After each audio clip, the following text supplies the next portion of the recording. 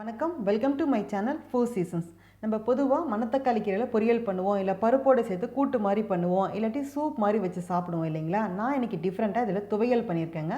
இது நல்ல சூடான சாதத்தில் போட்டு நல்லெண்ணெய் விட்டு சாப்பிட்டோம் அப்படின்னா ரொம்ப டேஸ்ட்டாக இருக்கும். வயிறு புண்ணு இருக்கவங்களுக்கு இந்த மணத்தக்காளி கீரை ரொம்ப நல்லதுங்க உடம்புக்கு. ஸோ இதை ஏதாவது ஒரு வகையில் உணவில் சேர்த்திக்கணும்.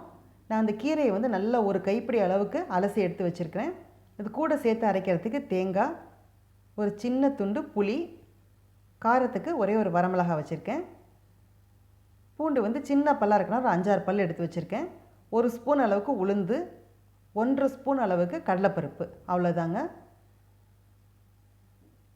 இது ஒரு கீரை துவையல் அப்படின்னு யாருனாலையும் கண்டே பிடிக்க முடியாதுங்க. அந்த அளவுக்கு டேஸ்ட் ரொம்ப நல்லாயிருக்கும். நம்ம ஒரே மாதிரி கூட்டு பொரியல் அப்படின்னு வச்சு சாப்பிடாமல் இது மாதிரி செஞ்சு சாப்பிட்டிங்கன்னா ரொம்ப நல்லாயிருக்கும்.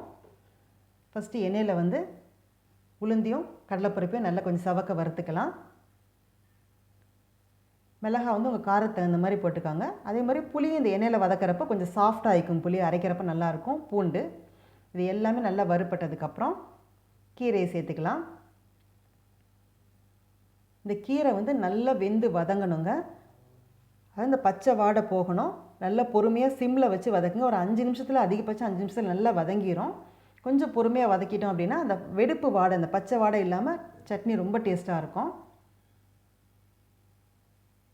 பொதுவாக குழந்தைங்க மணத்தக்காளி கீரை லேஸ் கசப்பு இருக்கும், அதனால் சாப்பிட மாட்டாங்க. இந்த மாதிரி நீங்கள் துவையல் மாதிரி அரைச்சி கொடுத்தீங்க அப்படின்னா ரொம்ப விரும்பி சாப்பிடுவாங்க. இது இட்லி, தோசை, சாப்பாடு எல்லாத்துக்குமே ரொம்ப மேட்ச் ஆகுங்க. ரொம்ப நல்லாயிருக்கும். இப்போ இந்த அளவுக்கு நல்லா வெந்து வதங்கிடணும். இப்போ நல்லா ஆறுனதுக்கப்புறம் மிக்ஸி கப்பில் போட்டு அரைச்சிக்கலாம். இப்போ தேங்காய் பூ சேர்த்திக்கிறேன். தேவையான அளவுக்கு உப்பு போட்டுக்கலாம். இப்போ இதை அரைச்சிட்டு வந்துடுங்க. இதை கண்டிப்பாக நீங்கள் வீட்டில் ட்ரை பண்ணி பாருங்கள். பார்த்துட்டு இந்த பதிவு உங்களுக்கு பயனுள்ளதாக இருந்துச்சுன்னா என்னோடய சேனல் லைக் பண்ணி சப்ஸ்கிரைப் பண்ணுங்கள். அப்புறம் உங்கள் கமெண்ட்ஸில் சொல்லுங்கள் இது எப்படி இருந்துச்சுன்னு சொல்லிவிட்டு. உங்கள் ஃப்ரெண்ட்ஸ் எல்லாருக்கும் மறந்துடாமல் ஷேர் பண்ணுங்கள். வீடியோ பார்த்த அனைவருக்கும் நன்றி, வணக்கம். Good food, good life.